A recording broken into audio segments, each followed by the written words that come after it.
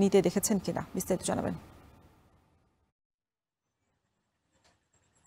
রোশন, আমি এই মুহূর্তে সাভারের কলমা এলাকায় দাঁড়িয়ে আছি। এই সড়কটি অত্যন্ত জনগুরুত্বপূর্ণ একটি সড়ক, আনোয়ারজং সড়ক। এই সাভার থেকে উত্তরা এবং ঢাকার জন্য যে আঞ্চলিক সড়কের সংযোগ সড়ক হিসেবেই কিন্তু এটি পরিচিত।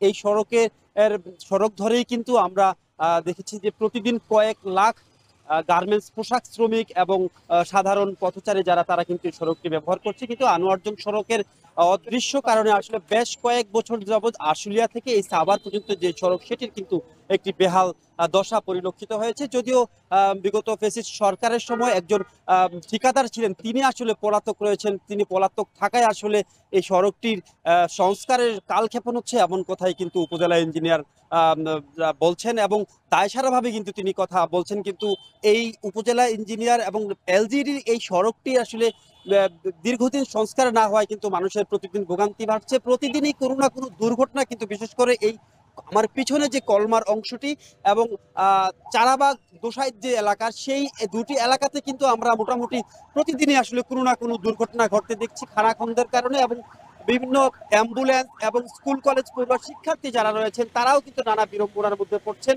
এবং অনেকেই কিন্তু আসলে আমরা দেখেছি এই রাস্তায় খানাখন্দ থাকার কারণে সময় মতো অফিস কিংবা স্কুল কলেজে পৌঁছাতে পারছেন না। বিশেষ করে রোগী এবং শিশু বয়স্ক যারা রয়েছেন তারা কিন্তু বড় ধরনের বিড়ম্বনার মধ্যে পড়ছেন এবং স্বল্প একটু জায়গার কারণে কিন্তু আমরা দেখেছি কয়েক কিলোমিটার কিন্তু যানজট লেগে যায় এবং ঘন্টার পর ঘন্টা কিন্তু 5 মিনিটের দূরত্ব আসলে কয়েক ঘন্টা অপেক্ষা করে এই কলমার অংশটুকু পার হতে হয়। এটি আসলে দীর্ঘদিনের সমস্যা। এই সমস্যার সমাধানে যদিও স্থানীয় সাভার ইউনিয়ন পরিষদের চেয়ারম্যান এবং সাবেক যুবদল নেতারা এগিয়ে এসছেন, তাদের এই প্রচেষ্টাতে যদিও স্থানীয়রা স্বাগত জানিয়েছেন, তবে এটি আসলে কোনো স্থায়ী সমাধান নয় বলে বলছেন তারা প্রশাসনের হস্তক্ষেপ কামনা করেছেন এই সমস্যার সমাধানে যাতে সংশ্লিষ্টরা দ্রুত ব্যবস্থা গ্রহণ করেন। এই ছিল সাভারের আনোয়ারজং সড়ক থেকে আমার কাছে সর্বশেষ তথ্য।